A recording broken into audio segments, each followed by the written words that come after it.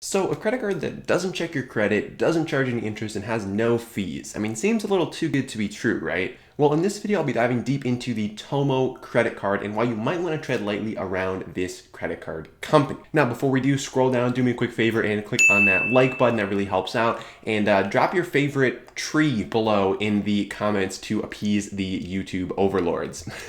So back in 2019, I had a chat with one of the co-founders of Tomo Credit, Kristy Kim, on my podcast, Young Smart Money, found out a little bit about the company and what she's up to, what she was doing over there. Now, since then, they've gone on to do a lot of big things. They went through the Barclays Accelerator program, which is powered by TechStars, which is one of the biggest two accelerators in the United States, right next to Y Combinator. They have raised over $3 million and they have built out a team of a dozen or so people. So all of that to say, although this is a newer company, they're not like a totally fly-by-night operation. Okay, so there is some infrastructure behind Tomo Credit, just to preface this. Now, you're not going to find Tomo Credit on the BBB or Better Business Bureau, though, which is where a lot of people go to start doing their research, and that's mostly, I think, because they are a newer company. They don't have that many of their cards out in circulation yet, so they haven't really built up that presence on Better Business Bureau, which is not great, but I think it is going to come with time. Now, I'm a big fan of the core offering of this company, but there are some pretty significant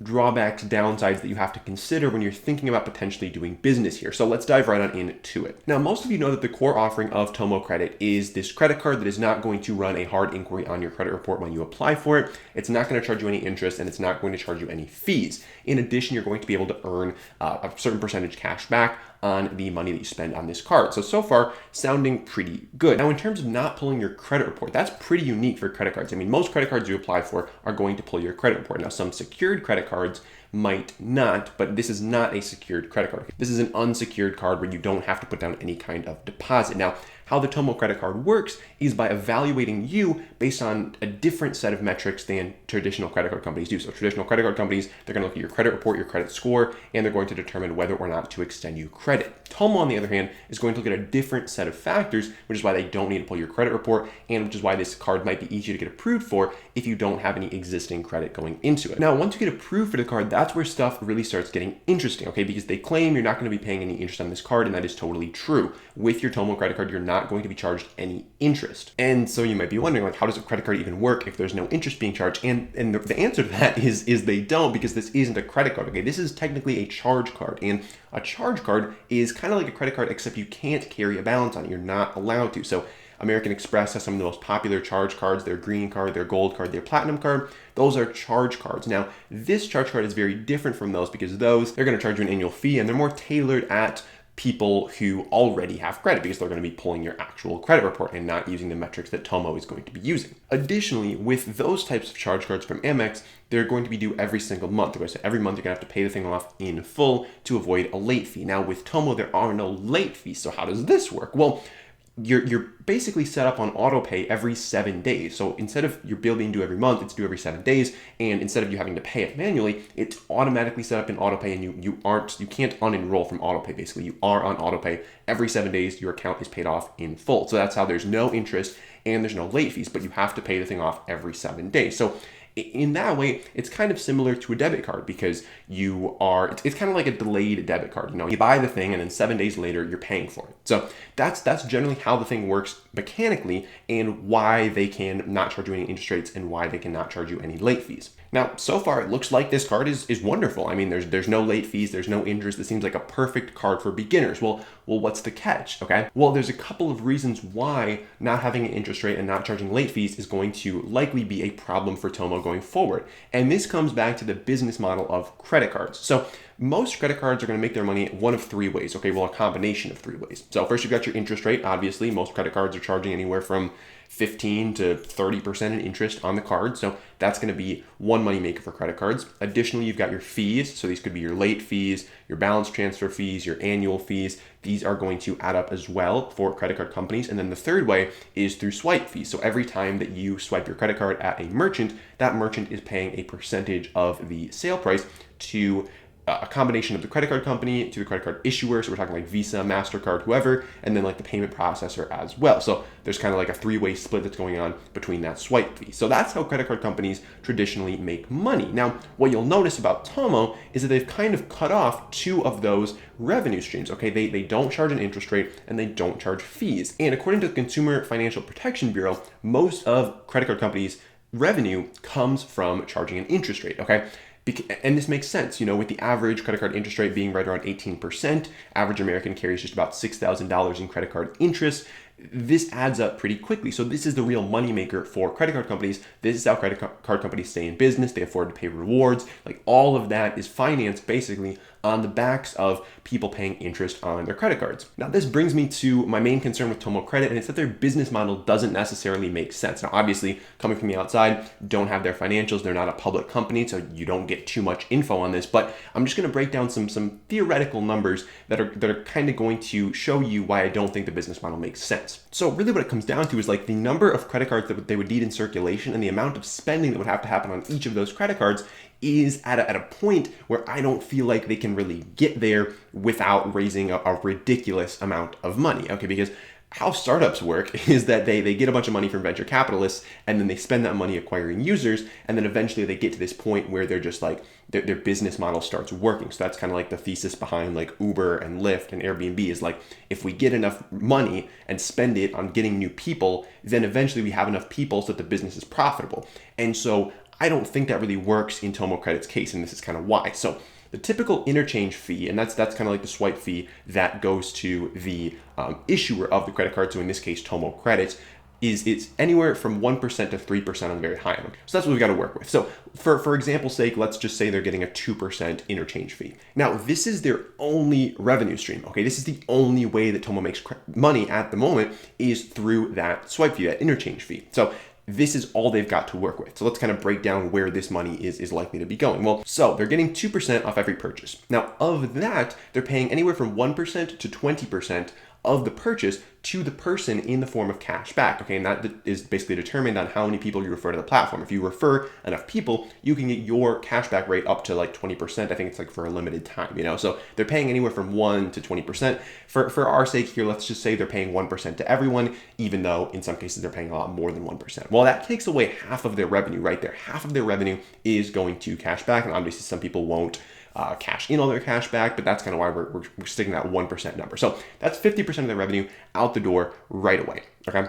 Now, on top of that, the relationship and processing fees that they're going to need to establish as a credit card company is going to run them about 15% of that remaining 1%. Okay, so now they're down to about 85 basis points, 0.85% left. On top of that, losses and fraud is going to eat into that a little bit more. And then at this point, what you've got left over is all that you have to basically spend on your overhead. I mean, paying people, paying salaries, office space, infrastructure, and marketing, okay, which is a huge expense for most startups. So that's what they've got left over to work with, okay? They've got a small percentage of the interchange fee that hasn't gone to relationship fees, cashback, or fraud left over to run the entire business. And just to give you some context here, I mean, they're based in San Francisco, and they recently just hired a software developer that, according to their hiring post, they were going to pay them anywhere from $85,000 to $150,000. So like they have a team of very highly paid people in a very expensive city,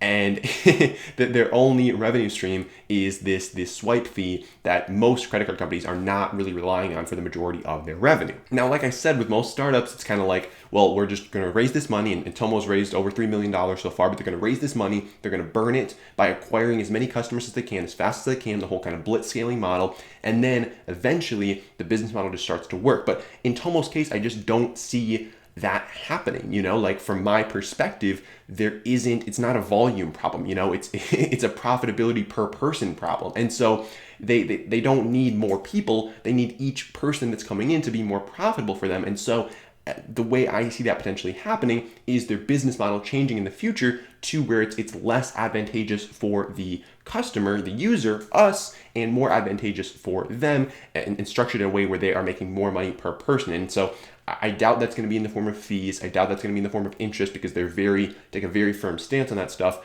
But I mean, there's advertising they could do, there's data they could sell, there's a number of ways that you could be further monetized as a user of Tomo that might not be so advantageous to you. Now, additionally, they might just come out with supplemental product lines. This might be just a loss leader for them, then they come in with other stuff that's more profitable down the line. Maybe that's the case, but in the grand scheme of things, I don't see their business model as it stands today continuing to work. Now, based on chatting with their co-founder and some of the posts that I've seen them make online, I would guess that their response to what I just said would be something along the lines of they are targeting high income, low or no credit score folks. And because they're targeting that specific audience, these people can afford to basically finance their business model because they're going to be spending more on their credit card than the average person does. And I mean, this makes a little bit of sense. Tomo's ideal customer, at least from my perspective, okay, from what I've heard them say, what I've heard their co-founder say when I was talking to her, is the affluent immigrant who moves to the Bay Area, works for Amazon as a software developer, and is making multiple six figures every single year, but has no credit, okay? And they realize they need to establish credit,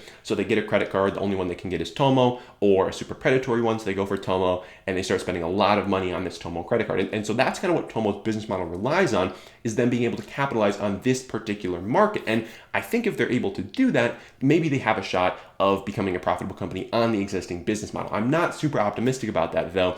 And I also have the concern that if another company, say either Chase or maybe like a smaller online company like Discover, decides that they want to go after this same target market because they realize, okay, there's actually a decent profitability potential with these high income, low or no credit score folks, that could pose a pretty significant problem for Tomo, because if they are going head to head with, Chase or Discover or one of these companies that's already profitable, has plenty of cash that they can just spend to totally beat out this competitor. Like pull like an Amazon, where Amazon's just like cutting prices and making stuff super, super attractive to customers to crowd out everybody else, like that could be a real issue for Tomo if somebody else decided that this target market was also attractive. I think if that happened, Tomo would have a hard time raising enough money quick enough to outspend one of these like big banks in going after this target consumer. And so I think if Tomo is able to dominate this market of affluent people who are moving to the US, who don't have any credit established,